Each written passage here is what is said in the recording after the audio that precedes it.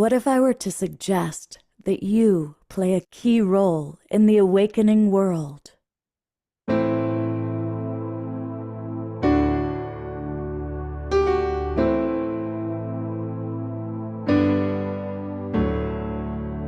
that you are watching this because you have heard the call.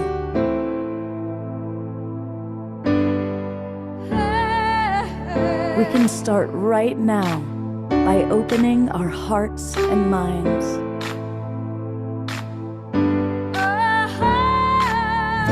Welcome to the awakening world.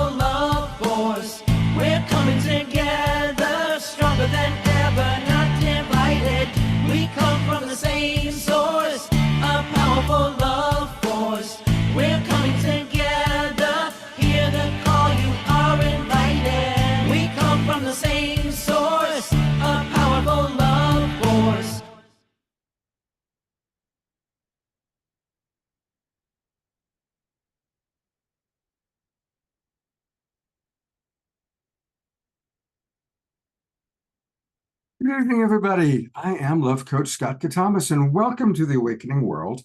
We have a really special show tonight. You know, I was saying to our group before the show started, we're all in the green room. We've done about 600 of these shows, and we've had a wide variety of authors and presenters and lecturers and teachers, and one of the most significant overall overreaching themes is that as we enter an awakening world, as we enter the new paradigm, it's all about the rise of the divine feminine. I'm a white man, so I can say this. We've done a terrible job. White men have been in charge for the last several thousand years, and look at what the position of our world is. It's not very good. Time to give it to the women. Time to give it to the divine feminine. I think the rise of the divine feminine is very much embodied by the rise of awareness of Mary Magdalene. You know, the Catholic Church turned her into a prostitute and tried to degrade her and diminish her. But in fact, she was Yeshua's equal partner. And more of the women and the people who are studying her, learning about her, channeling her, tuning into her, are understanding her as the equal and as the balance that this world so needs.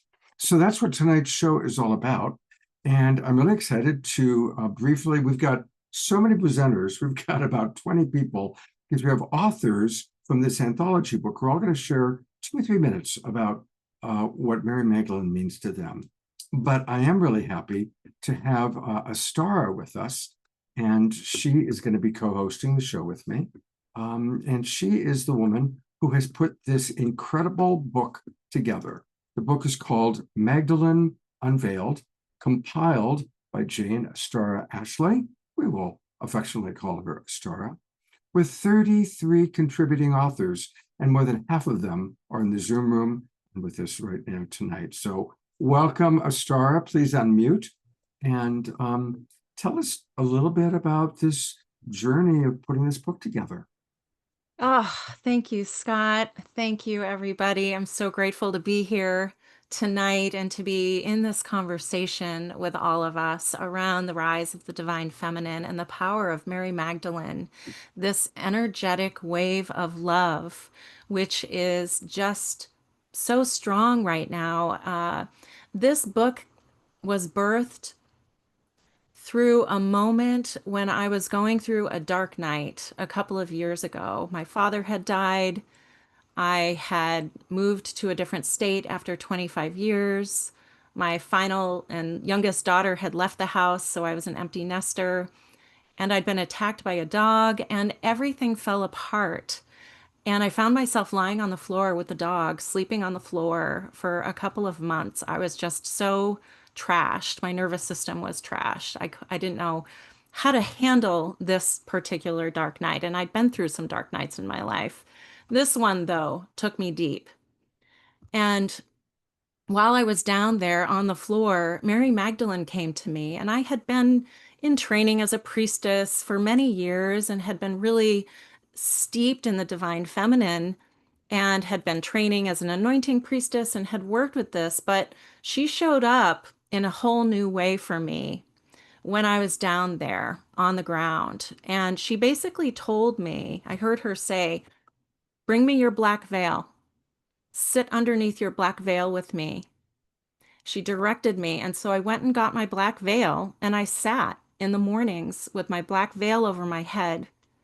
She was there with me underneath that black veil. And I realize now, looking back, that I was in the tomb. And she came and sat with me and held space for me at the foot of my cross, the way she had sat at the foot of her beloved Christ's cross. And so I was able to listen, finally, get out of the torture chamber of my mind and listen. What is going on? What do I need to do?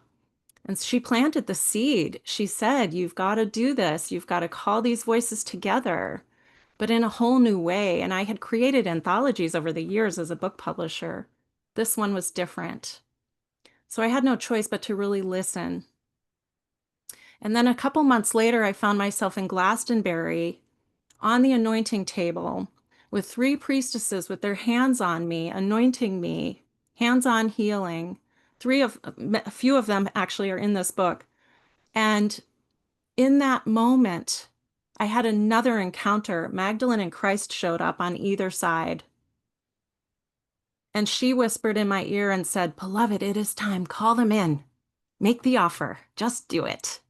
Don't make a big deal out of it. Just do it." And he came right in front of my face and said, "You are to plant the seeds of my love." And that was it. That night, I received the downloads. I created the sales page. I created the invitation. The next day, I started reaching out. And the book filled itself so beautifully. I didn't have to do any marketing or any strategy or any stress. It just happened. And I realized it was the magic of going into the tomb and listening and just peeling away all of the distractions and being with the depth of love that is possible for us. And that was my purpose now, was to be able to sit at the foot of other people's crosses and hold space for them, because we embody what we survive. And so that was the intention here. And so it's just been this beautiful, joyful journey to link arms with these beautiful beings and to weave our stories together of our own healing and our own dark nights and our own grief and our own evolution, and how Magdalene played a role in that. Beautiful. Well, it's a perfect example. And for all of our presenters, what you just saw is the perfect modeling of how to tell your story in a nice, tight, beautiful amount of time. Thank you much, Astara. And we're going to be hearing from Astara. She's going to be co-hosting. And I'm going to read, Astara, some of the comments that have come in from our chat box. Eleanor Joy, coming to us from Vancouver Island, writes, "My heart sings with gratitude for this beautiful tribe, and I'm appreciating what you're saying, Astara." Carol Craig is one of our regulars, and she writes, "The unity consciousness of our tribe is soul saving." Beautiful. And there's a few more. I want to acknowledge it is Dr. Laura's birthday. And during our Global Peace Tribe announcements, we're going to celebrate you in a big way, but she's about halfway through her life cycle. She's hitting 70 years old today. I love what this one, Pam from Reno, writes. "I only recently became aware of the teachings about Mary Magdalene through guest appearances by," drum roll please, "Christy Michaels. who of course is with us, and we're going to be seeing Christy in just a minute, and many of the other guests on tonight's show. And Pam has already ordered the book. So thank you, Pam. You are modeling what we want everyone to do. We want to order the book, and we're going to put in the chat box the link to order it. And we'll also take you to the Amazon page. Just a couple more comments. Erica writes, I have felt the divine love energy of Mary Magdalene at different times in my life when I needed healing. Sylvia, one of our regulars, writes, I've channeled Mary of Magdala for more than 20 years. Thank you, Bridget. She's also pre-ordered the book.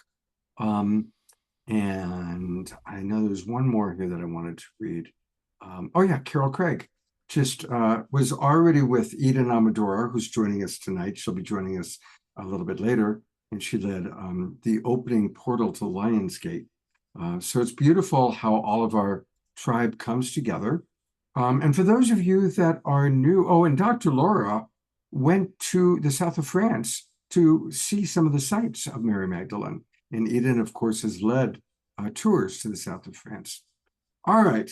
For those of you who don't know our show, that are watching for the first time, one of the great things about our show is we always have live music.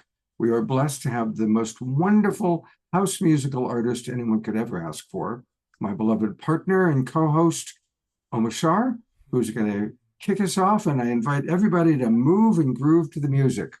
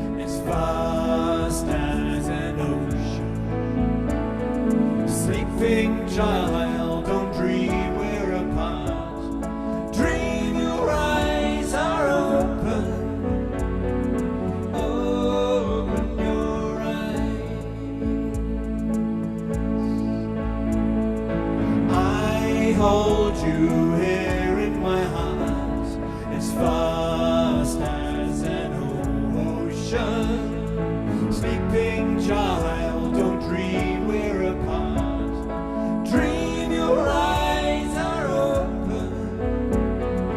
Open your eyes. Open your eyes. Open your eyes.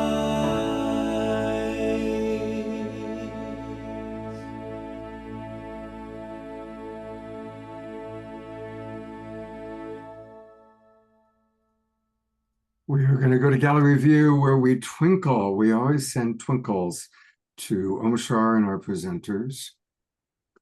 And that is a beautiful song, Omashar. And one of It the is, things, and the reason that I brought it in is because it's by a friend of mine called Kathy Zavada. I've spoken about her a long time, but she's carried the mother her whole lifetime and many, many lifetimes. And her music is so appropriate for tonight. And this is possibly my top favorite topic of all times. It's not even a topic, it's what's happening to all of us, male or female. Mother is home, mother is coming home.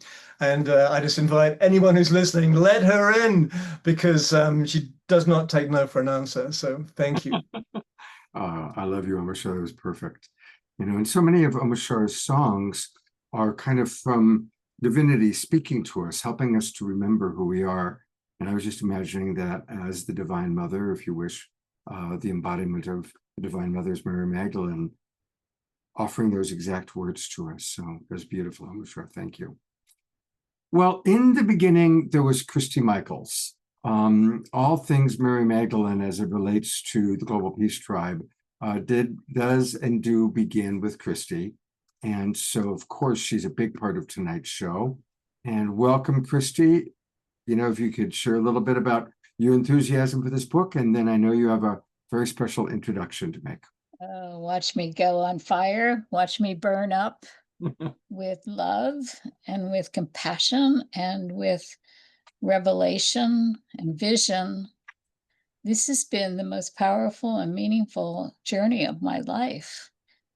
And I have to bring on Elizabeth Kelly to join me side by side, because it was Elizabeth who had an apparition of Mary Magdalene appear to her. She'll tell you the date of it. I think it was the end of the 90s. And she told Elizabeth that she was going to be rising, and would she say yes to aging her message? And what is her message? Her message is, we are equal, the equality.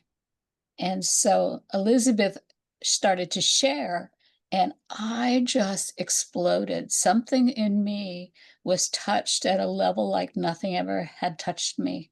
And I knew I had to go by Elizabeth's side. I had to find out about this experience. And I just have to honor Elizabeth. Now, Elizabeth is created, she is the priestess Elizabeth Kelly of the Holy Order of Mary Magdalene. And she created the Lyceum of the Holy Sophia. And when you read my story in the book, you're going to see that I was actually presented to a congregation of about 300 people when I was 6 months old in the Temple of Solomon. And the legend goes that Holy Sophia was married to the king of Solomon, and that she had told him, you have to build the temple. And there were no boy babies to be found. And so my mother offered me, well, I could be not presented as anything other than the Holy Sophia Christos child, the breaking the paradigm and bringing in the divine feminine. And fast forward to 10, Elizabeth ordained me into the Holy Lyceum of the Holy Sophia, the Lyceum of the Holy Sophia. So I just want to honor you, Elizabeth. You cracked my world open. It has brought me so much joy and happiness. It's like the peace and the love and the joy that I've experienced has been, I mean, I just want to cry. It's just been so powerful. So thank you, my dear. You can. Christy, I want to say thank you so much for always acknowledging and honoring me, because as it happens to any one of us, it's quite a daunting process. And for me, it happened in '89, quite a ways back. And when it happened, it was a shock to my nervous system. And then almost immediately afterwards, my mother passed, and another shock. And then all of a sudden, I'm back in upstate New York, and I ended up it's a long story, of course, but I ended up in a Russian Orthodox monastery as they produced this book on Mary Magdalene from the Russian Orthodox perspective. And that's when this piece of that she is the apostle to the apostles, the first to preach the gospel, and this whole world fast opened up to me very rapidly. And of all things, priests were very much of a guide for me that brought me into an incredible amount of new material on Mary Magdalene. And then I met my teacher, Rosamond, who is the head of the Mary Magdalene Order. And she imparted to me a empowerment to celebrate a Eucharist. Now, who would imagine that I would celebrate a Eucharist? And it just went on from there. But not through Rosamond. I was ordained a Hierophant in the Fellowship of Isis, which means I could ordain others. And that's how I got to bring Christy in. And she was inspired by my writing, which sadly, Astara, I didn't have somebody like you as a coach. So we shall see about that. I wrote and wrote and wrote, but never published. But It is not too late. And now I gotcha.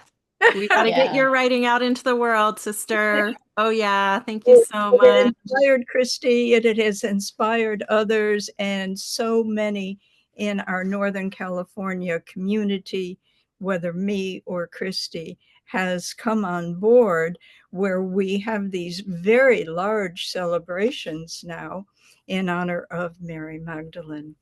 So, and this particular soul tribe, Astara, that you're pulling together, your intuition to reach out and connect with all these women that you're going to all be hearing, my beloved global peace drivers, these women who have also they've heard the call, they've said yes.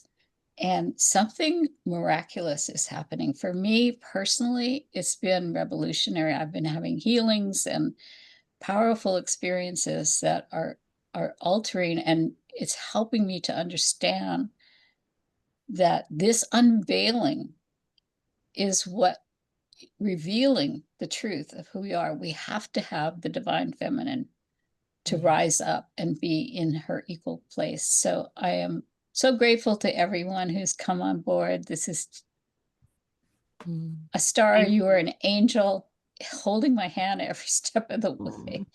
Thank you, sister. It's such an honor to work with you and to travel with you, to journey with you. And thank you, Elizabeth, for your story and your share. And I know this is just the beginning of so much more we get to play together in this lifetime. So thank you for sharing.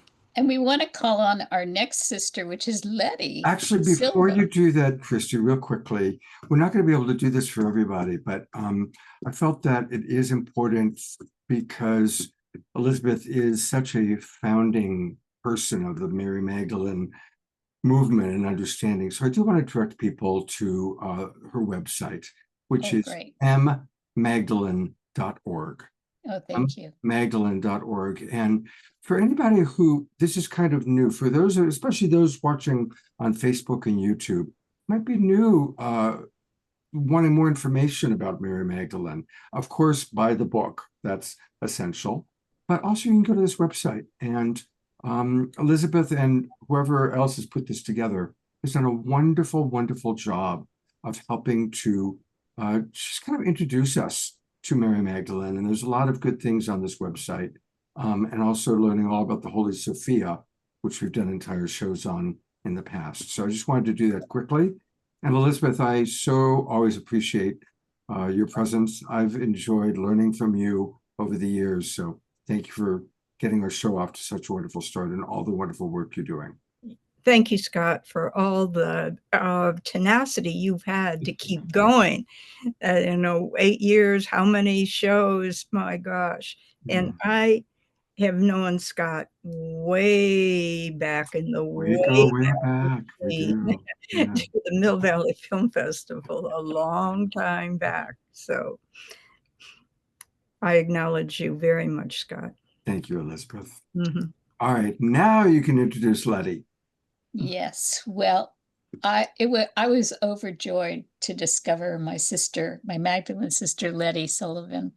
And part of the reason is because she relates to Magdalene how I relate to Magdalene. To me, the rise and the revealing of the truth of who this woman was as an empowered, enlightened, equal partner with Jesus is a social justice issue. And Letty has been working on doing intergenerational trauma healing, using the energies of Mary Magdalene to restore her connections to love in her family lineage so that she can be the matriarch that Magdalene was for all of us, the mother of all mysteries, the mother. And that's why it's so fitting that we have the Black Madonna on the book cover. Some people wonder, why do we have a Black Madonna on the book cover? It's because it begins with the Dark Mother. The Dark Mother was here way before the Christianity came on the scene. And so, Letty, I just so honor you. I celebrate your work and your dedication, and the healing that you're doing is phenomenal. So thank you, dear. Thank you so much, Christy. Thank you. Oh my gosh. I kind of wasn't expecting that. But I'm grateful to be here tonight. I'm grateful to be part of this anthology because when I was introduced to Mary Magdalene, she was not really considered a main player. I grew up in a very conservative Christian household that was led by my mother, and my mother was an evangelist. She was a spiritual leader and teacher in a thought system that said that women were supposed to be meek and submissive and just be of service to everyone, completely self-sacrificing. And while she embodied that to the best of her abilities, she was so fierce and strong and received a lot of pushback for just being who she was and misunderstood. And when I was looking for a divine feminine role model, I had, of course, my mother first, but then I was searching for something. I was searching for a resonance that within the faith that I was brought up in, before I just threw it all away. Because there was a part of me that just completely rebelled against the form of Christianity that I was brought up in. But I felt that spirit was real. Like I had felt that there was a divine and holy presence. Like that was never in question. But there was always that question of, well, where do I fall in this? Because I'm definitely not submissive or meek or maybe soft-spoken, because I was taught to be seen and not heard and to, really suppress my voice. And I know a lot of women resonate with that teaching, be quiet, sit there and let the grown folks talk and things like that. But I found Mary Magdalene when I left home. and was on my own trying to figure out how I wanted to move, how I wanted to show up, what felt real for me. And when I became a mother, there was another unfolding of, well, how do I do this mothering thing? I have my mother as an example, but what else is there, right? Because I kept seeing the cognitive dissonance of being told that you're supposed to be a certain way that isn't compatible with how you're naturally showing up. And so that journey brought me into this understanding of Mary Magdalene and her ministry and her place in the ministry of Yeshua. And it just kept giving and giving and giving to me, filling me up and giving me life and grounding me in a type of confidence that allowed me to step forward with my own ministry, which didn't happen until my 30s. But my gosh, I didn't think I would be in leadership or spiritual leadership. I was rebelling against my mother because I was so much like her, but didn't want to be. And it as I kept deepening with the understanding of how the divine feminine, what that power feels like in my body, what it feels like when we're in a circle, in a collective, in a group of like mind, of like heart, I just kept going deeper, and she keeps giving to me. She keeps pouring into me. And it just, Mary Magdalene's message and her frequency is life affirming. And it can, for me, it kind of shifted my whole understanding of how to be in leadership, not just in the world, but also in my family.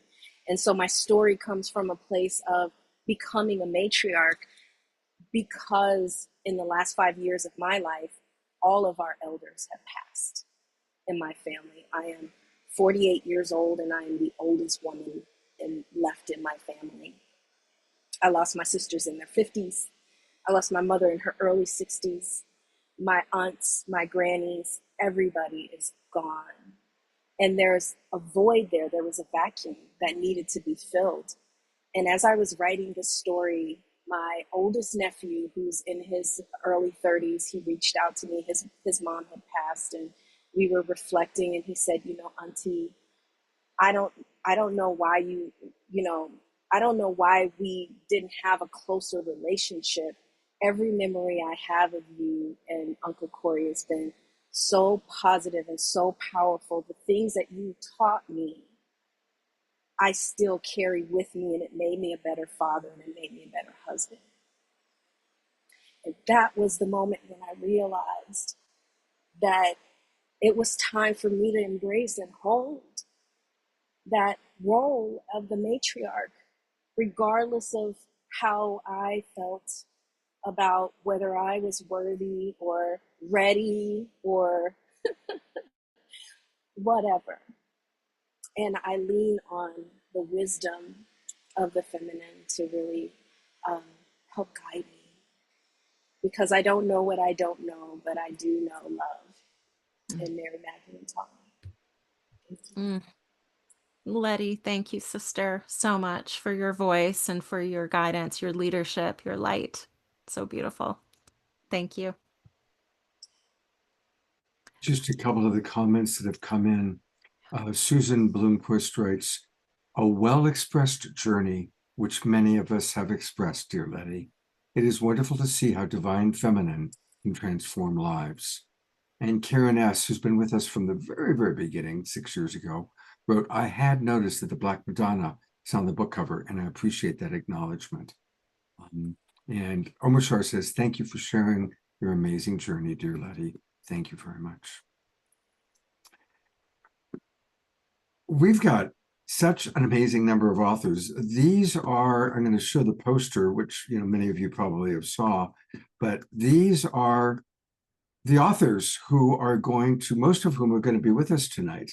It's a lot of wonderful women that we're going to be hearing from. So they're only going to have 2.5, 3 minutes to share. Astara, as you introduce them, give me the name first, because it could take me a minute to find them. Yeah. Um, Yes. and of course, ladies, make sure that you have your camera on so that I can find you. And Astara is going to introduce our first 5 authors one at a time. So take it away, Astara. Okay. I would love to call Sue Ellen Parkinson forward. Sue Ellen is our cover artist. And as we've been talking about the Black Madonna and the connection between the cover art and the Magdalene, I'd love to hear from you, Sue Ellen, a little bit about your how that came forward for you, and why is this an appropriate cover for a Magdalene book?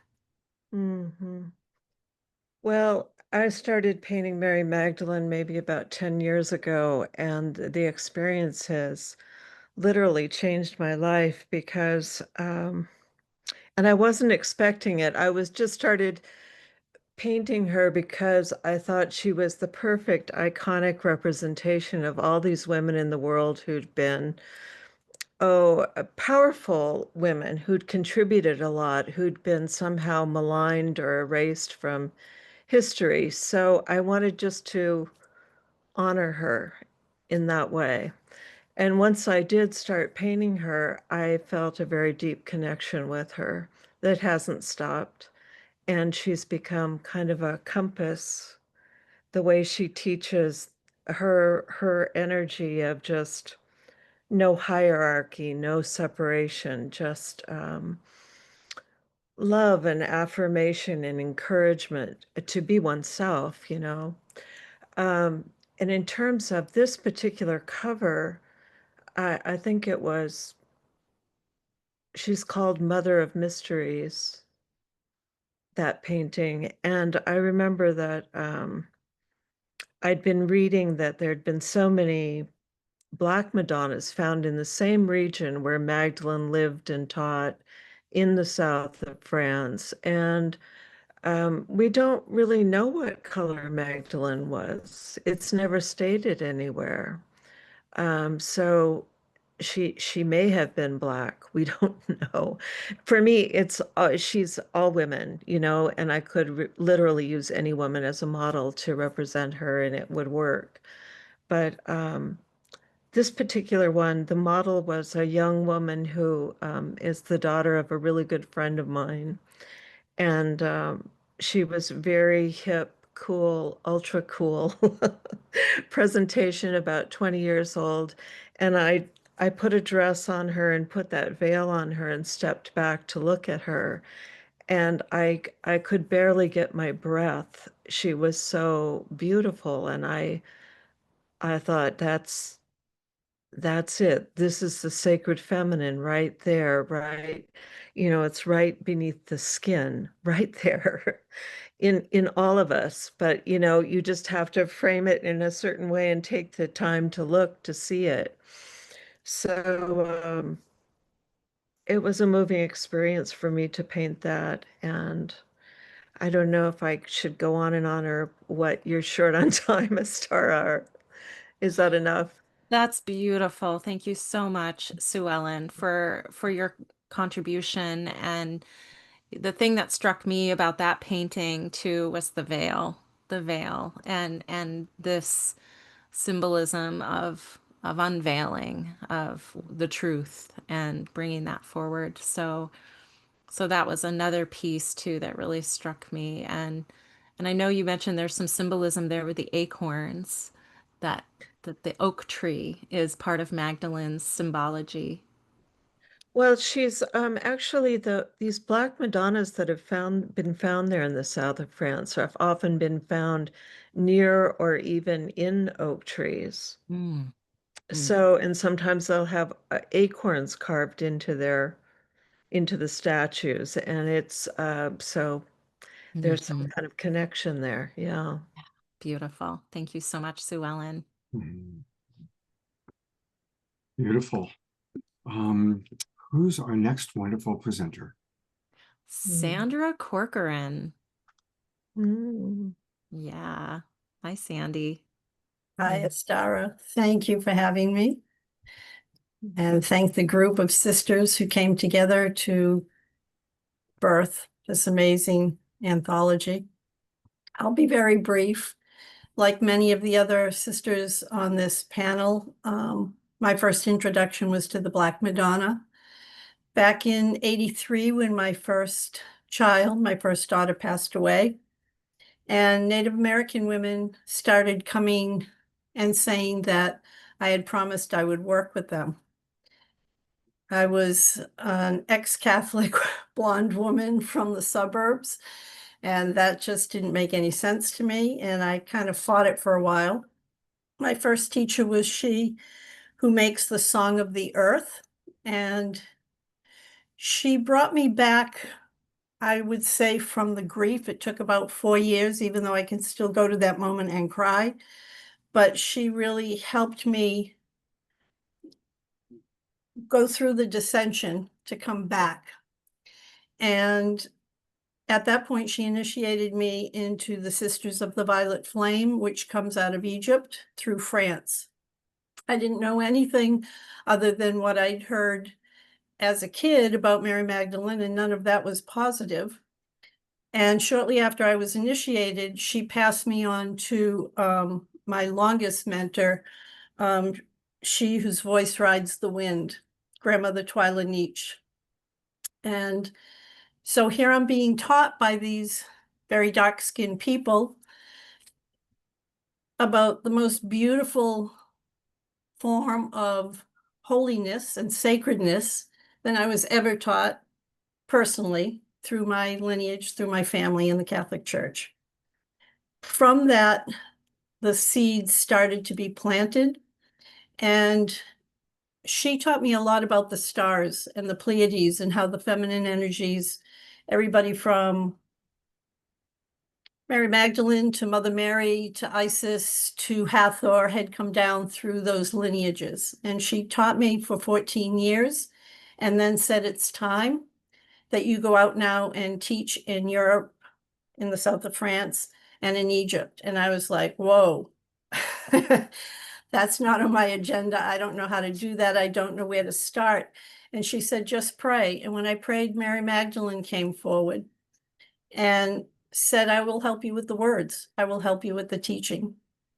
And I got a lot of pushback from family and friends and those in corporate worlds where I had been. But I stepped aside and just trusted. And from there, my life has been enriched over the last 30 years like it never could have been if I hadn't taken that path. So I owe it to my first daughter to step on that path. And in the process of many rituals, I was able to have a second child, and she keeps my feet to the path. And so I thank Astara for inviting me into this process. Oh, thank you so much, sister. I know everybody, when you read this book, your heart is going to crack even more than it is now for listening to Sandy. Thank you, sister. Thank you. I'd love to call Dionysia forward. Oh, Looking Oh, for hello. her There push. you are. oh, thank Hello, you. love. Hi, love. Thank you so much for having me and calling me in and for answering the call, heeding the call, and inviting us into the call. I too, as many of my beloved Magdalene sisters, truly came to the Magdalene when I was in the darkest night of my soul. She had been appearing to me in various ways throughout my life, but I didn't have the words or the name or the image to associate with her just yet. As a child, a very precocious child, I always wanted answers. I always had lots of questions, more questions than answers that I ever received. I was raised in the Greek Orthodox tradition, which is quite strict, quite rigid, quite by the books. And I remember oftentimes we would go to church maybe once or twice a year. My father was the florist that would put the flowers on the cross every year for Easter celebrations. And I used to always tug on my mother's dress or ask my father, where are the women? There were no women anywhere in any of the iconography on the stained glass windows. And what really bothered me more than anything else was that the girls were never allowed beyond the pews, where the little boys were always with the priest doing all of the altar boy stuff. And I felt so left out. And I was so curious about the Bible and about these mystical traditions, especially, the Greek Orthodox Church is just rife with incense and ancient wisdom. And I was always curious about it, but I never received an answer that quite satiated my precocious little brain. And I had had many apparitions and visions, some of which were on the verge of inappropriate, of Jesus from very early on, mostly my preteen years. And I was never able to talk about any of that with anyone, so I kept them to myself.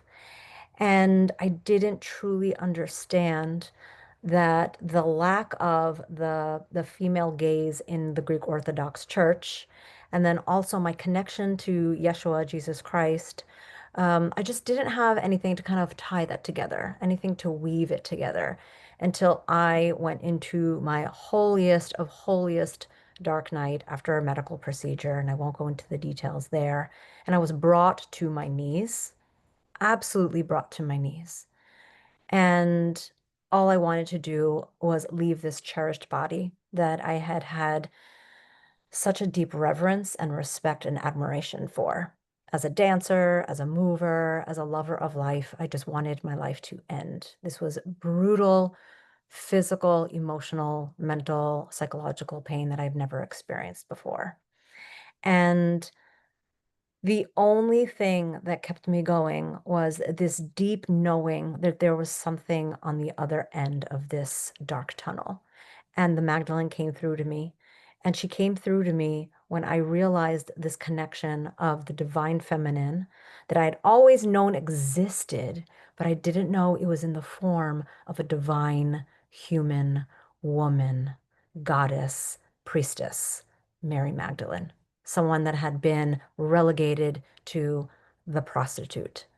And when it appeared, when it all came together, that she was a human and that she was divine, I finally felt like my search for the spiritual path that I had already been on for 20 years after my father passed away, which was the beginning of my seeking for what is the point of it all. Finally, after having the Christian, Greek Orthodox, dogmatic church at arm's length away, I had homecoming. And I came back to the teachings of Yeshua, of Jesus, and Mary Magdalene.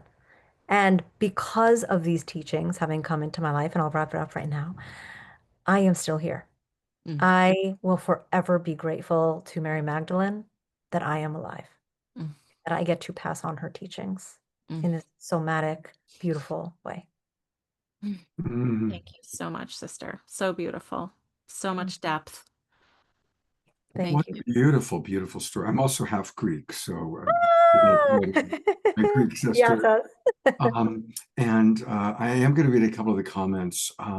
Susan Blomquist writes, "You are teaching us all to realize our connection is in our own power." Absolutely. And then I was reading on Facebook, because we have people watching and welcome everybody watching on Facebook and YouTube. And Rachel on Facebook totally relates. She said she also was so discouraged by the hypocrisy of the church and the lack of feminine energy. And so hearing your story gives her hope and inspiration, and she wants to buy the book. So you're getting through to people. So thank you. Yeah. Thank you. Thank you so much. Thank you. Let's call Hallie forward. Yeah. There she is. Hallie's got some juicy nuggets for us. Yes, I'm really happy to be here. I'm coming to you from Ibiza, Spain at 4 a.m. in the morning, so I will attempt to be coherent.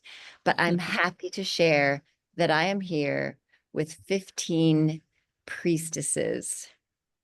who have also been learning about Mary Magdalene and tapping in. And everyone is talking about Greece. I'm going to keep this short and sweet, but I received my call while I was on a boat in Piraeus Harbor in Greece. I woke up in the morning and I have had clairsentience. I have knowings of things, and I have had other calls. This was not a call, it was a command. And it came in through my left ear. And she said, and she was not messing around, she said, reclaim your spiritual sovereignty. And I jumped out of the bed and grabbed my phone and wrote it down. And I have been following the breadcrumbs ever since.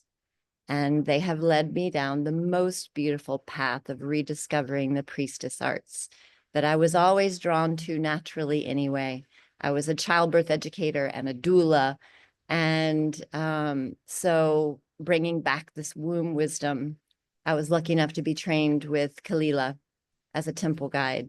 And so I guide temples for women, and Astara was with me this year, which was so wonderful. And I also guide pilgrimages, which I had been doing previously. So I'm here to take people around the world to the places where the priestess was honored and where we can remember what she contributes to the community.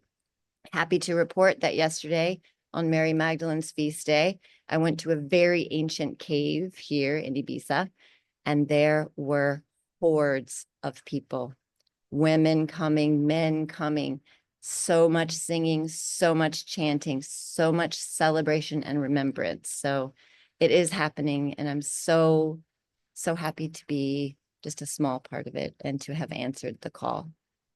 Thank you. Thank you, Hallie. And oh gosh, Hallie's story goes even deeper in the book. So yeah, I can't wait to hear what people say about that, about your story, Hallie. Thank you.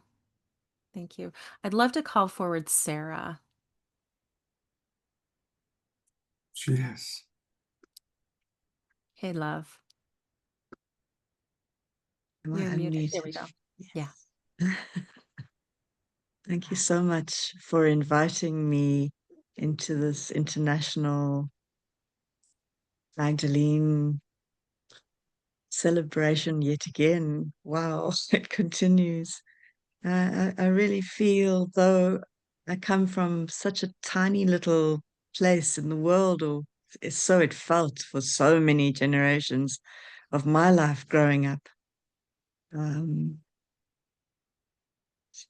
Sorry, it looks like I'm unmuted. No, you're good. That's right. We hear you. Yeah. We hear you. Yes, from South Africa. I grew up in quite a conservative environment, and there was no place for a woman's voice. And like you all, I sought something deeper. And I searched quietly through my art. I'm an artist. And I looked for people who expressed through their art.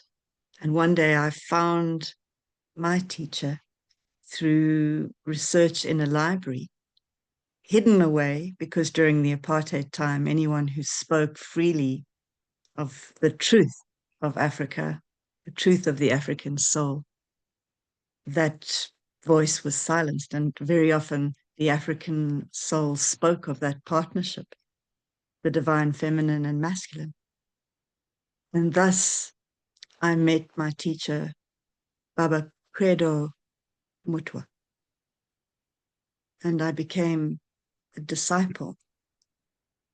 I was taught by Baba Credo Mutwa and his wife, Virginia Mutwa. And that's another book. It's another story for another time. But it's part of who I have become. This love and this friendship and this deepening into understanding the truth of Africa Yeah, this morning I met somebody and I was explaining myself to a perfect stranger, and I described my work and what I do with children.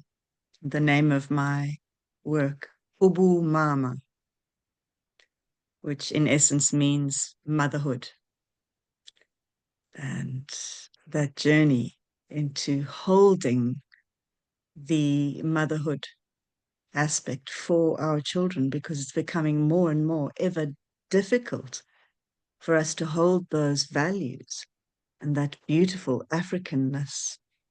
So I support the mothers and support educators and support children in that growth. Just recently, I found a fun way to express Ubu Mama, because a lot of people don't get their Western minds around the word Ubu Mama.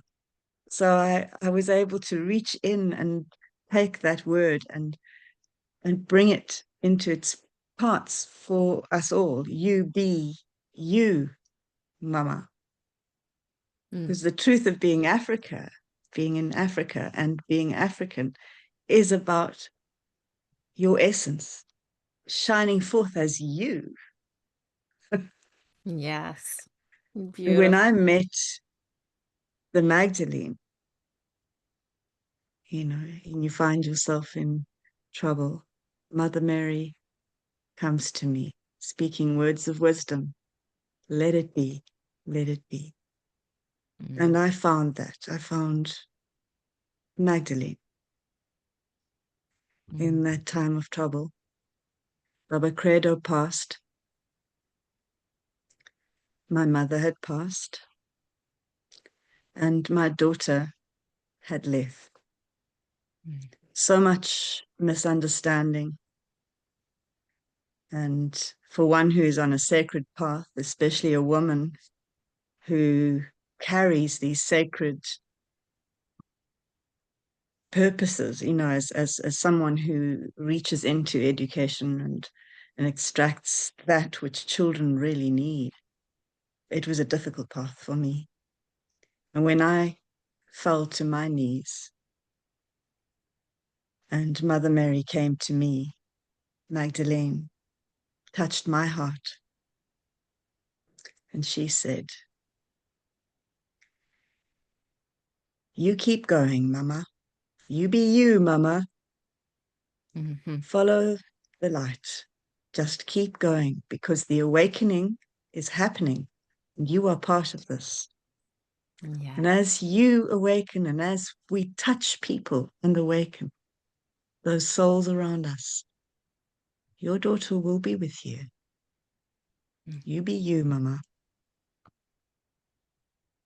Thank you so much, sister, for your beautiful share and really calling Thank forward you this from Africa. aspect of mother through the Magdalene in your writing. And so I'm really looking forward to hearing what people think about your chapter. Thank you. With love. Yes. Always. Yeah. Isn't it interesting how there's like this commonality of so many of these wonderful women whose stories we're hearing are, it's when they hit that really hard part, and that Mary Magdalene, the Divine Mother, the Divine Feminine coming through her or through to them, always is like lighting the way to the truth, you know, lighting the way to each woman's soul purpose. And it's really beautiful. I do want to share two things, and then we're going to go to an Omashar song and then come back to authors. But I did notice that Hallie is offering a Magdalene pilgrimage, and it's a year from now. So you got plenty of time, everybody, to learn more about it and save your pennies. But I wanted to pull it up because I think that that's certainly something that some of the people watching might be interested in knowing about. Of course, the link is already in the chat box for those of you in the Zoom room, but I'll leave this up for the people on Facebook or YouTube. Take a screenshot, and then you'll see the URL, because it's too long for me to try and have you memorize, but it's mythicadventuretravel.com/Magdalene-pilgrimage. You can also go back and watch the recording. A reminder that all of our shows are recorded and they're playing out on our YouTube channel and on about 150 other broadcast partners right now. So go back and find it as you will. And Astara, this is such a beautiful show. I'm just loving it. And we're going to take our little mid-show break, and we're going to go back to Omashar for his second of 3 musical numbers, and then we'll be back with Eden Amadora. So, but for now, here's Omashar.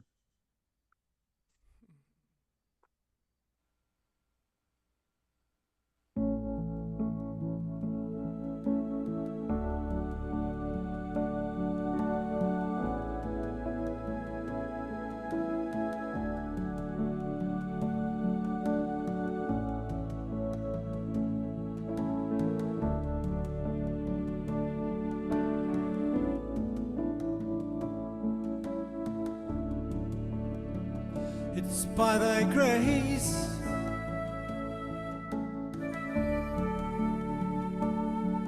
Magdalene,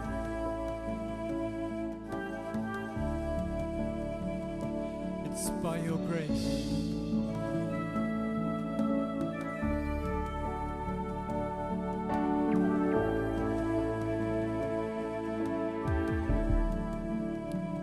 It's by thy grace that I see. It's by thy grace that I see. It's by thy grace that I see your holy name.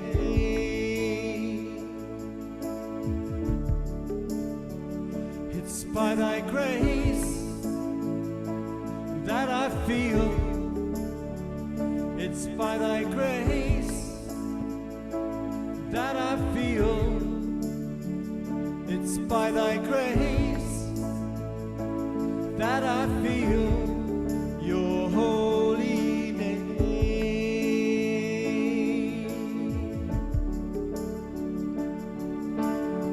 Someday the day shall come when all the glory shall be thine. People will say it is yours, and I shall deny, not mine. It's by thy grace that I see. It's by thy grace that I see. It's by thy grace that I see your holy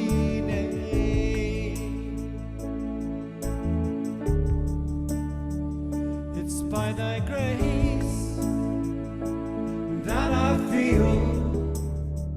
It's by thy grace that I feel. It's by thy grace that I feel your holy name.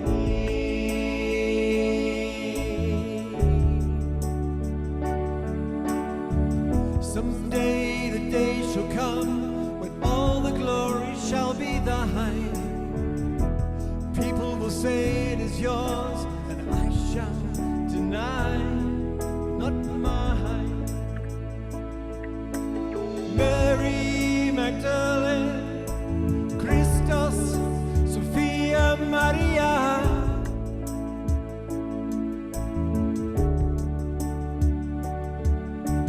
Mary Magdalene, Sophia Maria,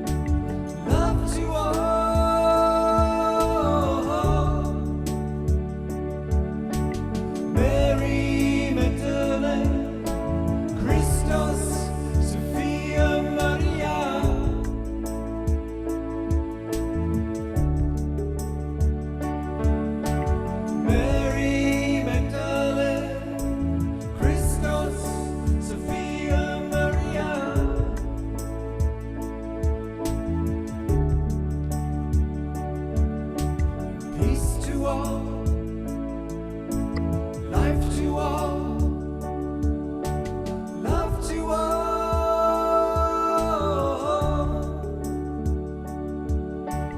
peace to all, life to all, love to all, your holy name, your holy name, your holy name, your holy name, your holy name, your holy name.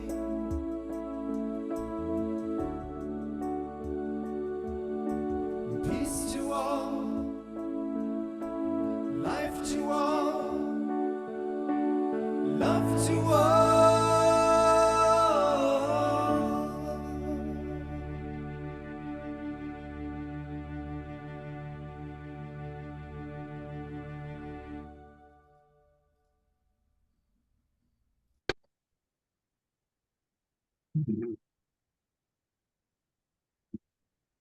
Absolutely perfect. Perfect choice of song. Perfect, perfect, perfect. Thank you. For those of you who are new to Omashar, by the way, you can find his music at Bandcamp. So if you go to omashar.bandcamp.com, that's where you can find the wonderful albums that he's created. And as you probably can tell, even just from the 2 songs he's done tonight, he's quite a master. So thank you so much, Omashar. Thank you. I also want to just acknowledge that a lot of the people, most people watching the show right now, Star, are watching us on Facebook, YouTube, and our broadcast partners. Thank you to the Sign Network, SINE, for getting us out. And come and join us. Come join the Global Peace Tribe. And it's easy to do that. Just go to globalpeacetribe.com, globalpeacetribe.com. You can learn all about us, learn about the shows that we do. And most of all, you can join us. Just click register for the new season. And our season just began a couple of weeks ago, and it runs all through the summer till the end of September. So if you register now, you can get the Zoom room links to all of our shows, including tonight. You'll get it right away, and you can come on in and be in the Zoom room with all these wonderful presenters and wonderful people. And we really are a beautiful, beautiful community. And along the lines of beautiful community, one last announcement, Star, before we bring Eden on. It is the birthday of one of our favorite people, Dr. Laura. And Dr. Laura does not have her camera on or available. So you'll just have to take my word for it that she is 70 years young tonight. And so she's just about reaching the halfway point of her life's journey. We love you, Dr. Laura. Always appreciate all that you put into the chat box, your wisdom. And she's written a couple times tonight about the influence of Mary Magdalene in her life. So let's all send maximum grace to Dr. Laura. Maximum grace. I'm going to go to gallery view. This next cycle around the sun brings her radiant health and fulfillment in all aspects of her life. Thank you and bless you. There she is. Yeah, I'm here. I love you all. Love you all. Thank you. That was beautiful. All right. Well, it's time for Eden Amadora. And she, of course, is one of our favorite people. And several of our Global Peace Tribers were already with her earlier today as she was doing an opening the portal to the Lionsgate ceremony. And there she is, straight back from Crete. She just flew back from Crete yesterday. So welcome back to the Awakening World, Eden. Thank you, Scott. Hi, everyone. Hi, Jane, Astara. So good Hello, to love. be here. So honored to be here. And yeah, just really excited about what you all are creating for the world. And I'm so, so happy to be a part of it in any way I can support. And thank you, Christy, for inviting me originally. And I love the weave of these communities, the Priestess Tribe and the Global Peace Tribe. We're all doing the good work together. It's so important. And please, tell the audience a little bit about the work that you've been doing and how Mary Magdalene has influenced and shaped your life. So, well, I'm part of a ever-growing, beautiful 13 moon mystery school and priestess community that Astara is part of as well. And many beings here. I can see Diane and all these sisters are here. It's beautiful. So I have been on the priestess path for 17 years, trained and ordained, and now focalizing. And even before I found Ariel Spilsbury, our fairy goddess mother, and Elaine Kalila, who was my very first entry into the heart of unconditional love and remembrance, I was on a path of seeking and soul remembrance and had been following a breadcrumb trail for many, many years, first through the yogic branch of my spiritual path and the shamanic. And then I was in the heart of the glamour world. I'd just gotten a record contract and I was still meditating and praying and really in communion with the divine very, very frequently. It was coming through the music. And I remember traveling from Italy back to America at the height of this kind of record deal moment in my life. And there was a long line for the money exchange counter when we were still changing our lira back to dollars back in the day. And there was a book leaning against the window, leaning against the glass. And I thought to myself as I got nearer and nearer, if that's in English and nobody claims it by the time I get up there, maybe it's meant for me. Maybe I'm meant to read that book on this long flight home to California from Milan. And sure enough, nobody claimed it. And I got up to the counter, I exchanged my money, and I look at the book and it simply says Mary on the cover. And granted, I'm in my 20s. This is a long time ago. And I bring this book on the plane and just devour it. And it is a channeled work. It is not the Magdalene manuscripts. It's an earlier book where I wish I remember the author at this point, where she channels the relationship, the beautiful spiritual tantric consort relationship between Yeshua and Mary Magdalene. And that at that time was just like unheard of. It was almost blasphemous. I wasn't raised religiously. And to me, it lit me on fire. As I was reading this book, I began to muse, wouldn't it be amazing to weave these concepts into my album? And so I wrote a song on that album called Mary. And it was really questioning, who am I? Who am I? Over 20 years ago, I began that inquiry. Who is this figure that was so diminished by the patriarchy? And as an artist, as a rock and roller, I was screaming, oh, Mary, which Mary? Marry me. Take me as your queen. Take me as that divine feminine embodiment. And finding the holy balance in myself at that time, I had named my album HOR, which was kind of maybe still wanted to get mom riled up. I don't know, but it was from a book that had a extra galactic sci-fi glossary, and it meant hyperdimensional radiating source. And isn't that what the divine feminine is? So it also was fun to play with that word, with the Mary question, where she was, just put in such a, like I said, a diminished light of her importance, her significance. And for me, she's been with me in my journey ever since that moment in time.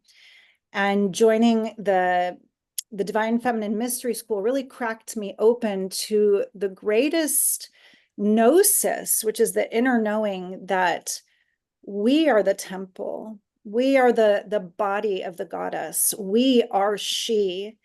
And as we exalt this historical figure, I can kind of hear her whispering in my own inner gnosis that it's time to take all figures of history and deities down from some kind of higher pedestal of worship and to come into union with the divine within, to recognize that we are that which we have been putting above for so long. And that for me is her primary message, that we are she, her eyes, her hands, her heart, her voice of love and the balm of mercy and healing that this world needs so, so badly at this time. She whispers to me that only love is real, and all the division in the world right now need only be shifted with the awakening of the heart of humanity. Once the heart awakens, we see only love is real, unity. And that for me is the Magdalene and the Christos, Sophia Christos transmission, always, that only love is real. And when we awaken the heart, we recognize that deeply. So she's a big part of my heart. And I did go on the pilgrimage. I think, Christy, we did a show right after that. And one thing that I came back from that pilgrimage was that the forest and nature and the holy springs felt like the most sacred spiritual parts of the entire pilgrimage for me. Standing in these places covered in Catholic and Dominican iconography and symbolism, I felt very little of her spirit in those places, but boy, did I feel her in the forests and the holy wells and the springs. So that's my connection to her. It's through that remembrance. Well, and I want to invite people, I'll put into the chat box some of the links to the shows we've done together on Mary Magdalene. Now, you have a wonderful song called She Rises, and what we haven't discussed is, do you want to play the song from your computer, and or do you want me to play the video that you did for us prior? I'm honestly super jet lagged right now, so for me to find the song again and get it up, I think if you already have it at the ready, that might be the easiest way to do it.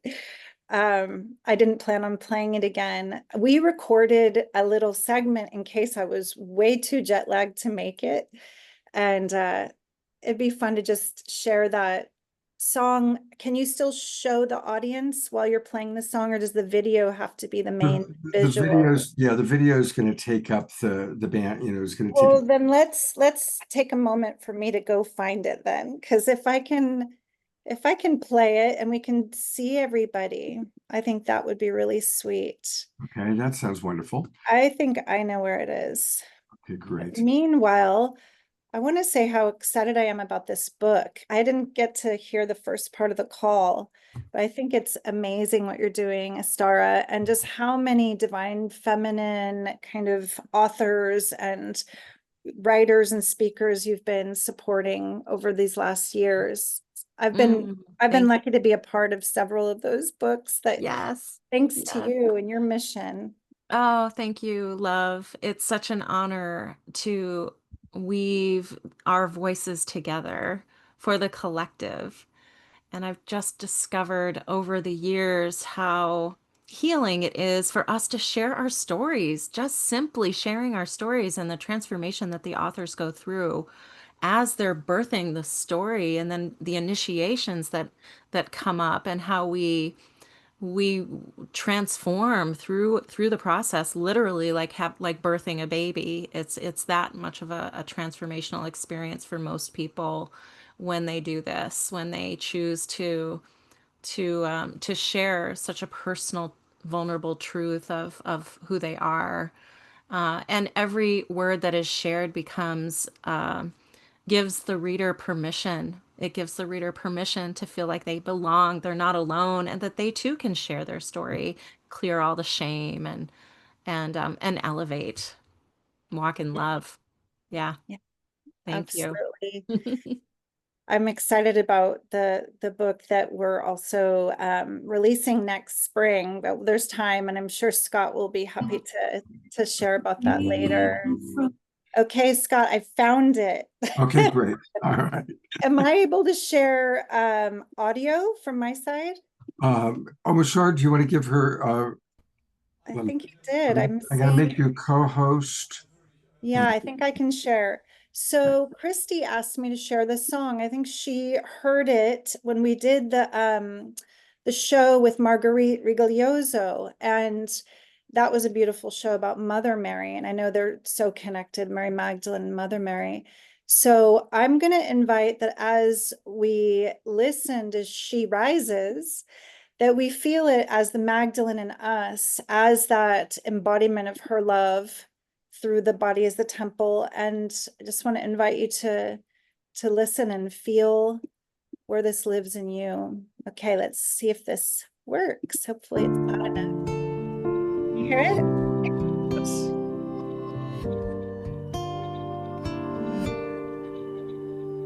She asks us to remember to step beyond the veil. She asks us to surrender, drink deeply from her well.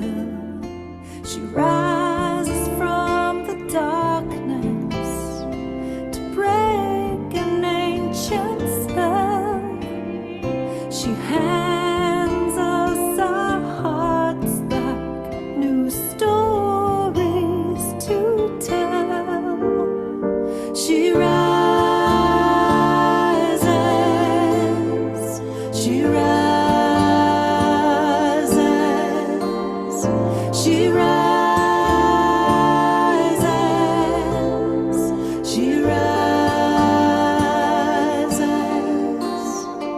she rises in you, she rises in me. She rises like the sun, and she rises like the sea. A phoenix from the ashes, she rises from the flames, breaks us from our bondage and frees us from our shame. She rises, she rises, she rises, she rises, she rises, she rises, she rises, she rises,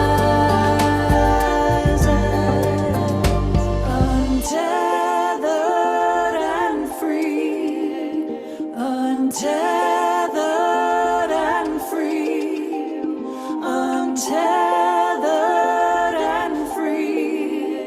We rise as her wings, untethered and free, untethered and free, untethered and free. We rise as her wings, we rise as her wings. She rises.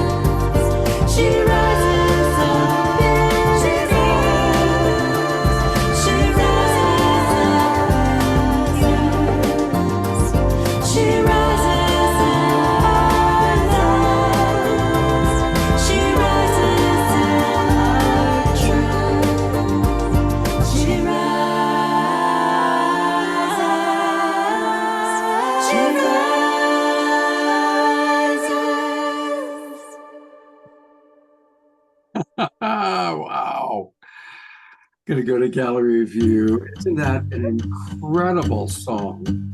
I have to shut off this thing now. Okay, She's just continuing to rise. What can I say? There's no stopping her now. So many people, Eden, are appreciating the work they've done with you. A lot of our Global Peace Tribers, of course, participate, including what you did today. And for those of you who are new to Eden, you can find all things Eden Amadora on her website.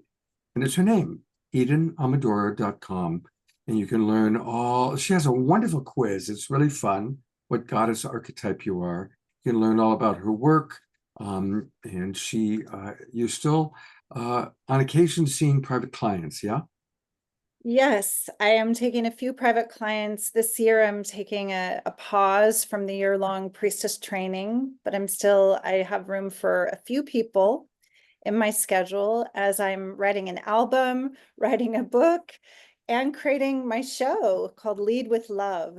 So I'm still available. I love the depth of the one-on-one work. It's really special to track someone. And I've just been in love with the priestess work for so many years. It's like watching lotuses blossom. It's actually the best thing ever. So I will continue to do this work as long as I can.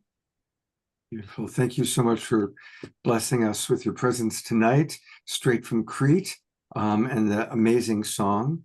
I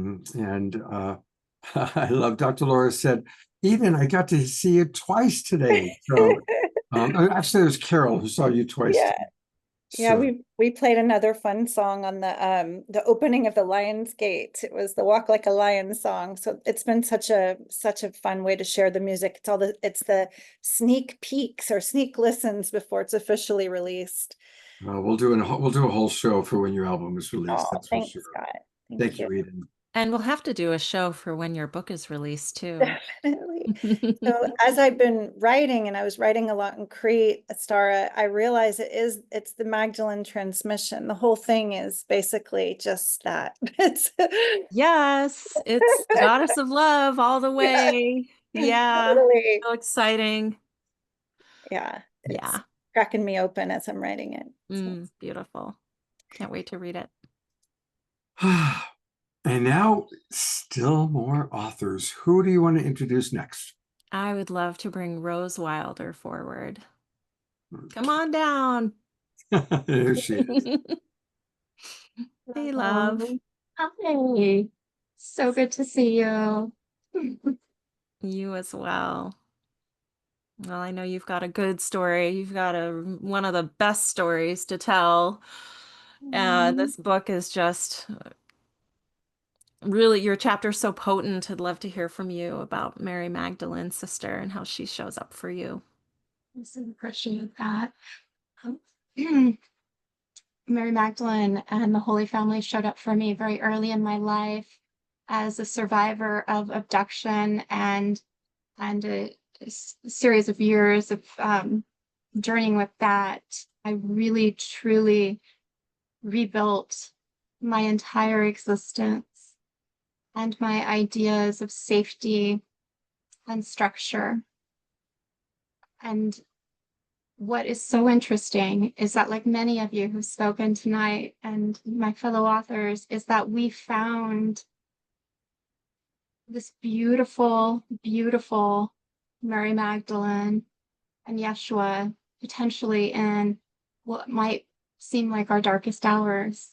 That's certainly true for me. And as I mentioned in the chapter, it is the crucible. It is what forged me. I would do it all over again because I truly met and came into relationship with Mary Magdalene. And Mary Magdalene showed me my way home. And she continues to support me in my journey as an entrepreneur, as a mother to 6 children. What I love most to do is to follow what she has taught me. I'd love to share a piece of that. I share some of it, of course, in the chapter. But what I'd love to share with you is something that might completely revolutionize how you think about business success for my fellow entrepreneurs, spiritual women who are growing their ministries. What if I told you that Mary Magdalene, yes, the Mary Magdalene we speak of tonight, the Mary Magdalene we know, the journey is with us, that Mary Magdalene held the secret to building a thriving, abundant life and a thriving, abundant business without the exhausting hustle, the constant grinding, or the soul crushing, crush your goals mentality that's burning out women everywhere. So, as you know, I'm Rose Wilder, and I'm the author of chapter 30, the final chapter, and I find that so fitting in Mary Magdalene Revealed. My chapter is called Magdalene Maverick, and I have spent years, actually decades, discovering what I call the Magdalene Maverick way. I am a maverick. I am a Mary Magdalene maverick, and you are. A revolutionary approach where your sensitivity becomes your superpower. Your natural rhythms become your business calendar, and your authentic truth becomes your most magnetic marketing strategy. And here's what gives me absolute yummy, juicy chills. I have watched hundreds of women that I've worked with transform their businesses, personal lives, their relationships by doing less, honoring their cycles wherever they're at in life, trusting divine timing, and serving from overflow instead of depletion. They're making more money, creating deeper impact, and actually enjoying their work and their lives. Again, what we work for. Be present to that and enjoying it. It's revolutionary because here's the truth that the business bros don't want you to know. The most revolutionary thing that you can do in today's world isn't push harder, my love. Mary Magdalene taught me it's to trust your inner compass so completely that you become a walking invitation for others to remember their own magnificence. You are magnificent, my love. If you're exhausted by the hamster wheel of hustle culture, of social media, and you're ready to build success, the Magdalene way, where worth is unshakable, as Mary Magdalene knows, think of her alabaster jar. I talk about this in the chapter. She knows her worth, and she knows the worth of what she has in her alabaster jar. It's worth a year's wages, and she doesn't discount it or apologize for it. The Mary Magdalene way is where your timing is divine and your presence is magnetic. Then, my beautiful beloved souls, this conversation is exactly where you need to be. You're in the right place at the right time. I know I certainly am. And I was in the right place at the right time when I answered the call, first to Mary Magdalene and to Jane, Astara, and this book. I love you. Oh, love you. Thank you, sister. It's so true. You really do embody this beautiful, authentic, magnetic authenticity, truth. And we get to live from that space. Thank you so much. Thank you. Gorgeous. I love you. Mm-hmm. Yeah. Yeah. Okay, great. How about we hear from Diane? Always takes a moment. A reminder to all of the presenters to put into the chat box how people can reach you. And there's Diane. Yeah. Hello, thank you. Hi.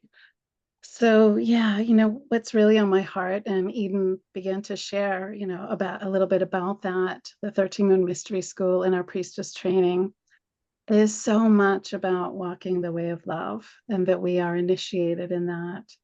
And so what's really on my heart to share is a personal story about, her being a way through to heal this lineage template in my upbringing, and that is of my parents. And so my parents were divorced when I was about 5 years old. And what I didn't know until way later on is that, during their 20-something year marriage prior to that, they had a very deep love, a very deep connection, and very passionate. And they had 6 children together.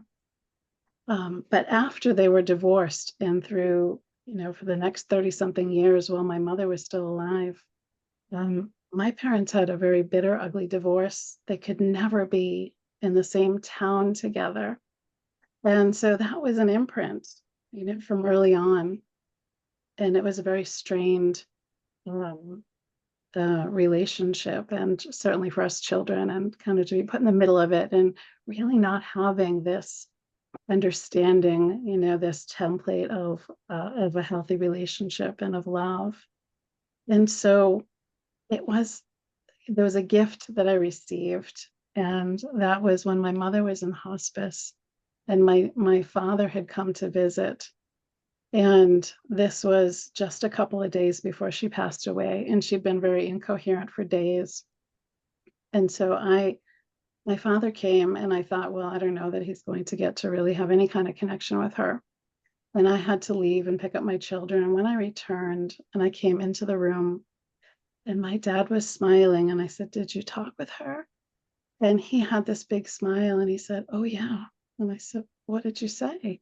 And at that moment, I was turning the corner in my mother's eyes, and the beautiful song,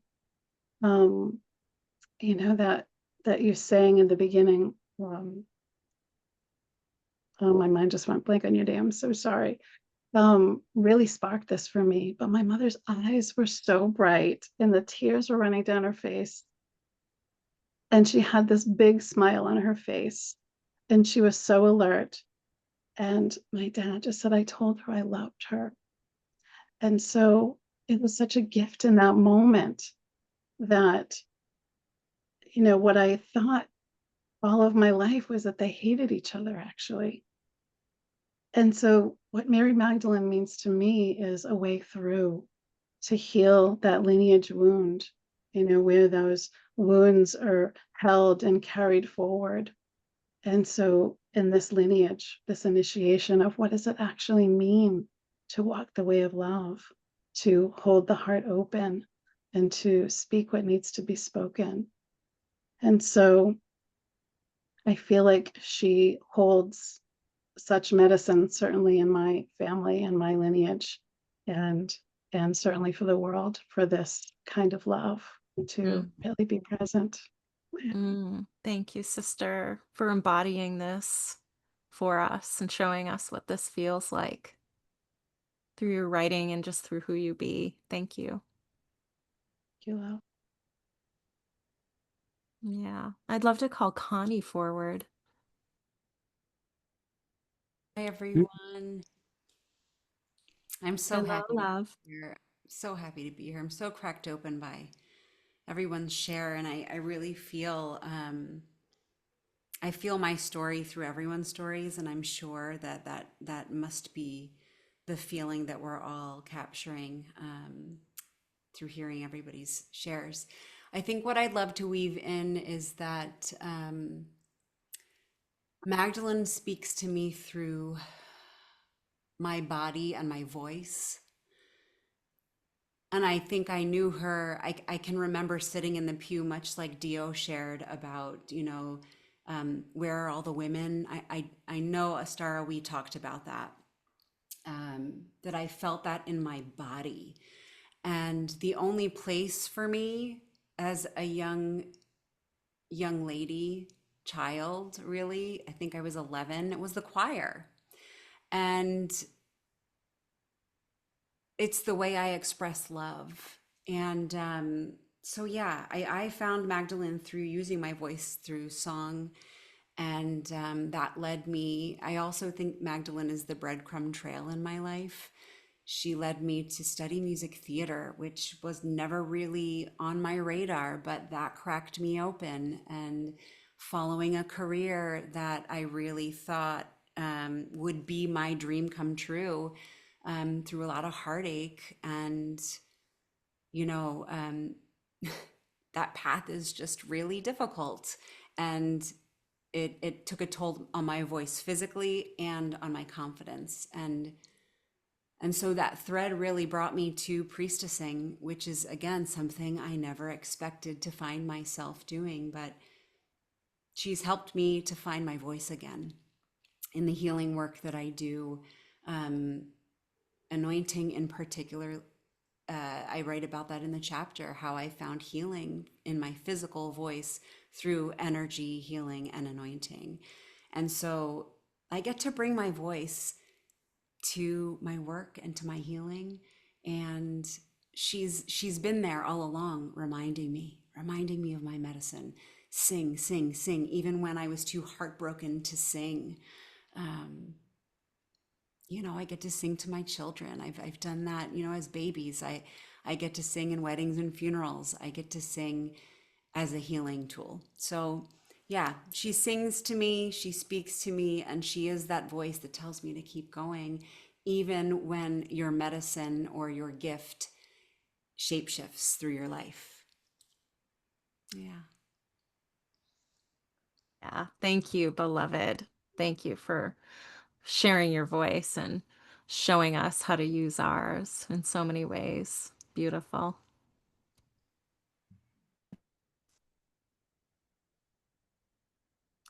Leola, love to hear from you. Here she is. Hey, thank you, Astara. Yeah, hello, everybody. Such an honor to weave my voice with your voices. This feeling, this global Magdalene sisterhood is truly so uplifting. I first started having memories of Mary Magdalene's lifetime when I was about 23. And I was in a beloved relationship with a soulmate. And through our intimacy, through our, you know, our journeys together, our shamanic journeys together and our travels, I started to remember like snippets of her lifetime.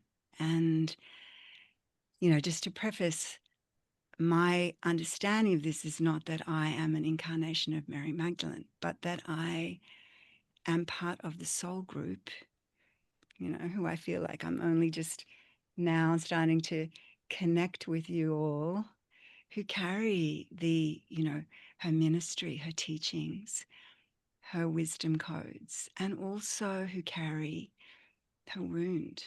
And, you know, for me, my remembrance of her and what I write about in the chapter is kind of, my chapter is like a parts, little bit of memoir, like tiny little bit of memoir of my life, and a fictional imagining of the love story of Mary Magdalene and Yeshua and their time in the bridal chamber, because that's been a passion of mine and part of, you know, my work with Magdalene consciousness has been somebody who is embodied in a tantric alchemy, and that path, you know, from that very young age, I was guided to connect people to the mother, to connect people to the core of the earth.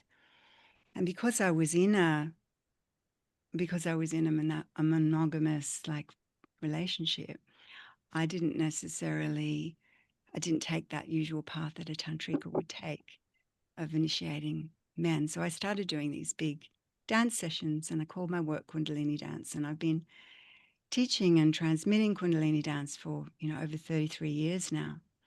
And that became this process of inner alchemy, of inner union, of, you know, rising Shakti and purifying the chakras and being taken into a very, very deep process of, you know, karmic purification, emotional body purification, as well as, you know, starting to open up to the solar energies of the divine masculine and bridging that in, and the beautiful, you know, awakening that started, you know, to occur. So, you know, part of my journey, I'm in Australia and coming out as a pioneer. I've been doing this work for over 30 years. Coming out as a pioneer of this work in Australia, where it's a bit different to the culture you have in the States. And I've spent a lot of time, I did a lot of teaching. I did about a decade of teaching in North America and Canada.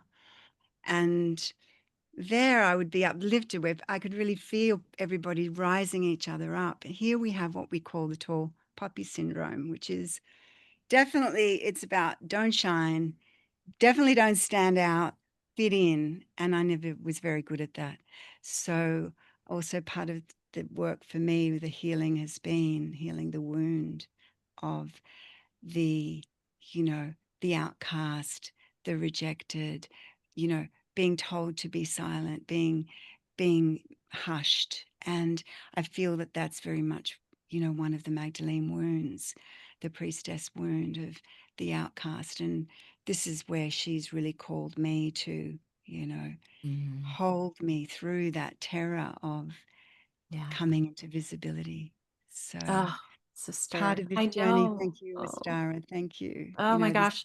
Thank you for facing that initiation for all of us, for the collective, through writing this chapter and being visible and taking a stand for the divine feminine in Australia and being that one who will shine your light no matter what gets projected onto you. Thank you, love. Thank you, sweet. So appreciating that you've got these wonderful people from all over the world, South Africa, Australia, Europe, and each one of you, it's like, I'm like, I want to hear more. I want to hear more, because each of your stories are so beautiful and so heartfelt. And again, for everybody watching on Facebook or YouTube, buy the book. And it's really easy. Just go to Amazon. And if you put in Magdalene Unveiled, you just have to write Magdalene Unveiled in the Amazon search bar. And I ordered my copy a couple days ago, and it'll arrive in time for Saturday night's show. So, oh, thank you, Scott.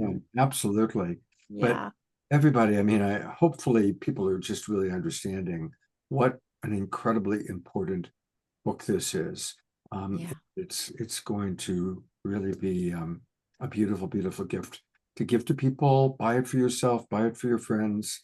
I get 50 copies and give it to everybody for Christmas. Yeah. It's a transmission. It's a transmission. It's like a living altar.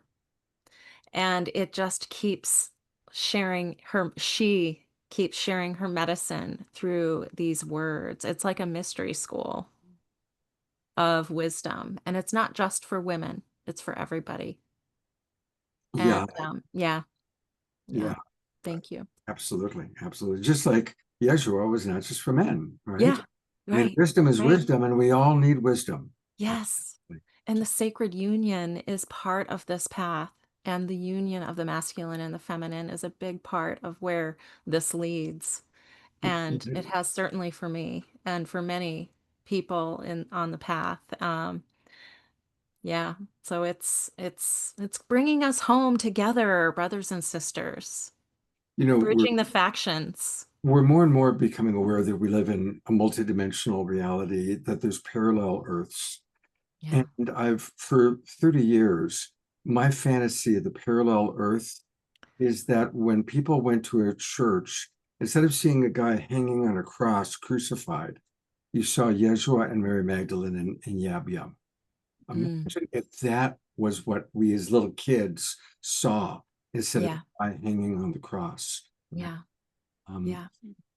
Yeah, it's there. It's deep. It goes so deep. There are so many layers into the heart of these mysteries, and this book really gives you a way in, a portal in, to begin to feel it inside of yourself, and then begin to explore and go deeper with what this means. And for me, just to be able to hold this project and these authors has been a huge, huge healing journey around early religious trauma that I had at age 15 that has really become healed. And I've let go of a lot of anger and opened, my heart has just opened so wide. So it's just such a journey. Yeah. For especially men, but anybody who's watching right now, if you were disillusioned with your original, that's my roommate, Lucky, coming in behind me. It's the ghost of Mary Magdalene. But most of us were disillusioned with whatever our first religious upbringing was. Yeah. And the sad part is people who then throw out all spirituality because of that disillusionment. And so to find a pathway, as all of you and all of these wonderful women have found the pathway through Mary Magdalene shining the light. Yeah. Just invite people, if you were disillusioned with your original religion, good for you. You probably were smart. But that doesn't mean to toss the baby out of the bathwater. Yes. Cultivating a spiritual practice that works for you is about the most important thing we can do in life. Yeah. Yeah. Yeah. And learning to discern what's your truth. You know, I feel like I've had these feeding tubes stuck into me for 15 years of everybody else's truth, and I've had to really cut that and step into my own spiritual sovereignty in order to hear what's real. And Magdalene has been a real watchtower and a beacon for that, as she has for many of us, I think. Yeah. And we still have a few authors left to Yes, yeah. yes. We have 2 more authors to hear from, so I'd love to hear from Molly. All right. Here's Molly Kinzer Douglas. Hey, love. Hello. Hi. Thank you, Astara. Oh, thank you, everyone, for having me here and hosting. Yeah. Yeah. So, wow. Yeah, I'm just so in awe of everyone here and the stories and the synchronicities that come up with this. And like so many, my chapter was the initiations. It continues to be the initiations, and connecting into those stories that hit the wounds. And mine resonated from childhood sexual trauma and losses. And it was through connecting with Mary Magdalene at a retreat to really heal this worthiness wound. And I think that's the biggest one that continues to come up through this. And, as a therapist, the last 13 years in trauma, this worthiness wound is what continues to come up over and over and over again. And the separation between the masculine and the feminine within, right? And this is beyond gender. And that separation, and then that really came up again. That worthiness wound was tugging on me yesterday, a little bit with the feast day, right? Mary Magdalene feast day. And like just being here and this part of this collaboration, and having a seat at the table, like feeling worthy to have a seat at the table, right? This table of love. And somebody brought up in the chat too, this picture of like the Last Supper. And that's the image that's been coming up too, with, Mary Magdalene there, and recognizing like how she must have felt, right? Being recognized and seen in all of her glory and her spiritual gifts and her, the apostle of apostles, and just recognized and seen for that. And then feeling the wounded masculine of almost like this part of them that may have felt forgotten or not enough or left off, left out, or the envy, the jealousy, the resentment, the anger. And like that separation has trickled down, even the symbology of this has trickled down for thousands of years. And feeling that within my own inner masculine and feminine yesterday, and recognize where there's room for everybody at this table, right? Like we are all here to feast on this meal, and no more scraps, right? No more half loves. And it's about coming back to this love without conditions, love without dependencies that I didn't inherit. And that sacred union of bringing that back together has really been the unraveling of this story, and coming back to this full, fulfilling love that is Mary Magdalene to me. Oh my gosh, thank you. So beautiful. It is a homecoming, right? To connection, to love, to letting love flow. Thank you so much, Molly, for embodying that and and for writing such a beautiful chapter. Powerful initiations. Yeah. Thank you, sister. Yeah. Sade. There she is. Hello. Hello, hello. Yeah, well, I'm just feeling on the tails of that beautiful share, this awareness of this epidemic of unworthiness.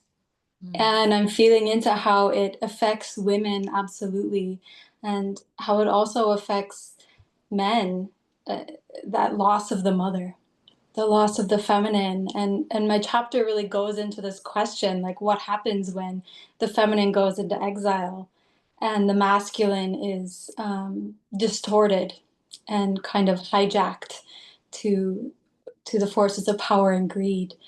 And it, as I'm hearing everyone's stories, I'm feeling like, wow, it's really asking this question, like, who is the creator?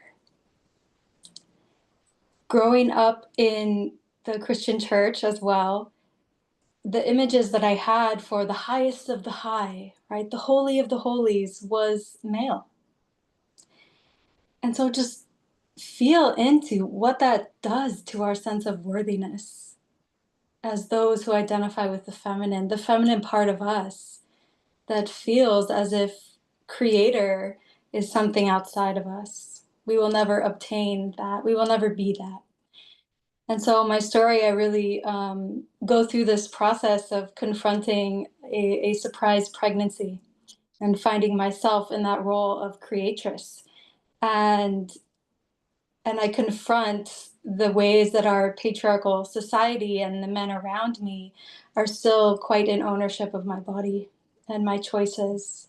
And so my prayer and my inquiry in this piece is just what happens if I can free myself from that? If I can recast myself as the main character, the main creatrix in my own story, and to come off the sidelines. And I think that's what a lot of women are doing today is really coming off the sidelines. And I hope that this piece is really a prayer towards the upliftment of her. I'm so grateful for the womb.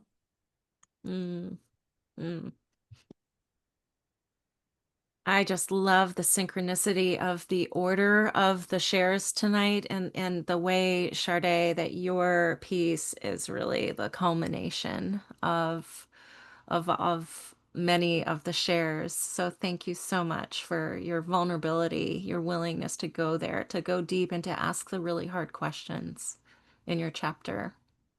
My pleasure. Thank you, sister. I have so enjoyed each and every presenter here, and there's more. Not tonight, but just want to remind everybody that there is so much still to learn about this book and about what Astara has put together. So our show this Saturday night, I'd already scheduled three people for Saturday night: Deborah Poneman, Dr. Kat Lewis, and Pollyanna Bush. Pollyanna is a wonderful musical artist. But then I realized there's more. So we're going to continue this conversation on Saturday night. Kalila, who a few of you have mentioned tonight as, a big part of the lineage of learning, will be with us by pre-recorded video. Astara will be back with us. Christy will be with us. Eden will be back with us. And want to encourage everyone, join us this Saturday night, 6 o'clock Pacific time. And of course, we'll have wonderful music with Omashar and also Pollyanna. So please do join us this Saturday night. And again, one more time, I want to take people to the where you can get this book on Amazon. It's Magdalene Unveiled. Just go to Amazon.com, put in the search bar Magdalene Unveiled, it'll come right up for you. And it's available on Kindle as well as a paperback. Yes. Yes. Thank you, Scott. And also I want to let everybody know that the proceeds from your a portion of the proceeds from your purchase are going to a food bank here in North Carolina. There are many families in my county who are in food insecurity, facing food insecurity. So we're supporting that, and we're also supporting other families who have just been displaced due to the floods here in North Carolina as well. So your purchase is actually going to people who need it, who need help right now on the ground. So thank you for your support. I'm going to read a few of the comments from our presenters. And Shoshana, maybe you can put in the chat box what you would like to say or ask, because we are running a long time. Pam writes, thank you for this share. I deeply resonate with what you were saying. And this is from Molly. As a woman, I have spent years working through the worthiness wound and how to feel loved. I'm getting there now, and it's with the help of brave women like you who model the way. And Susan Blomquist is asking if the writers have all met before. And I see that Diane answered that only some of us. So for many of you, it's like your first time kind of interacting with each other tonight, right? Well, we've interacted for sure over the past year as a circle. We've been in circle together. Many of us have not met in person. However, it feels like we have, even though we haven't. There's that sort of like, I remember you kind of a feeling with many of us, even if we haven't physically been together. So it's a beautiful web of sisterhood that has really developed. Beautiful. Adrena Joy, who's coming all the way from Ecuador, writes, thank you to every single one of the amazing 33 authors and this incredible anthology. I'm grateful that it's available as an ebook as well, so I could order it, and I just purchased the Kindle edition from Ecuador right now. Looking forward to downloading it, reading it, and sharing its beauty, truth, and wisdom widely. It is already a bestseller, and it needs our support and our green dollars. Absolutely. Thank you, Doreen. Thank you. Absolutely. Well, I will look forward to seeing you on Saturday night. And thank you, everybody, all of the wonderful presenters, Elizabeth Kelly, Christy, all the authors that have joined us. It's been a beautiful, beautiful show. And the only way we could properly close such a beautiful show is with Omashar. Yes.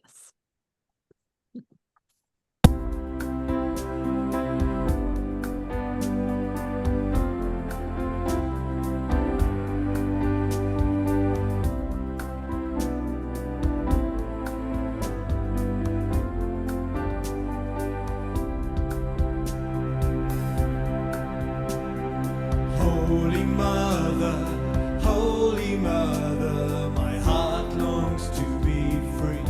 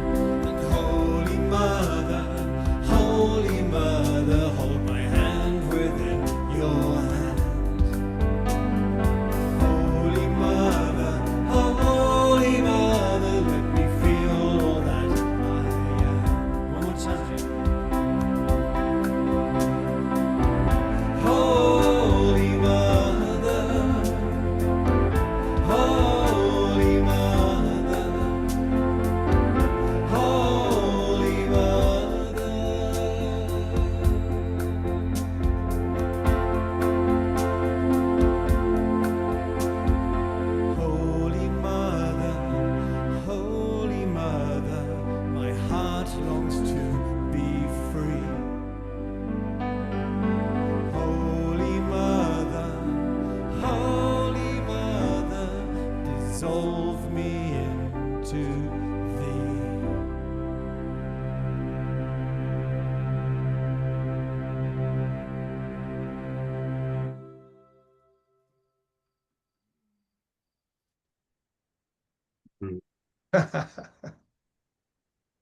Absolutely perfect.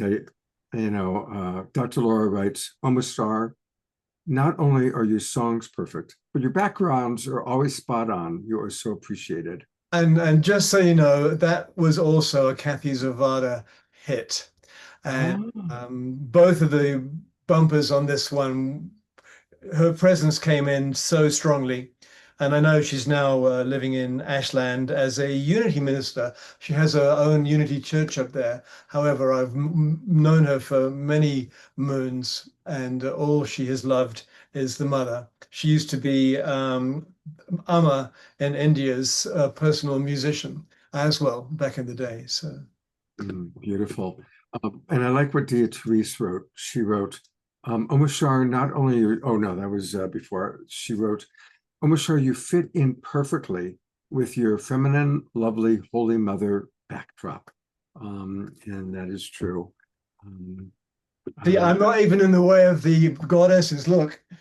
That's right. That's right. You're not even blocking any of the goddesses. You're amazing. Thank you so much. Thank you. I want to acknowledge that Drina George just put into the chat box a song by my good friend Maria Stark, who now is a neighbor. She lives also in Grass Valley. And Maria is wonderful. So that is a wonderful song to download.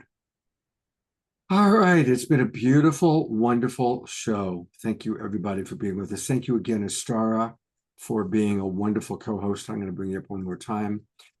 Thank you again, Christy Michaels. All things begin with Christy when it comes to Mary Magdalene. And of course, my beloved co-pilot, Omashar, thank you. I'm going to go to gallery view one last time. Thank you, Global Peace Tribers, whether you've got your camera on or off. Desiree, thank you for what you do, even when you're in the middle of your dinner. And much love to each and every one of you. I'll see you on Saturday night. Have a great week.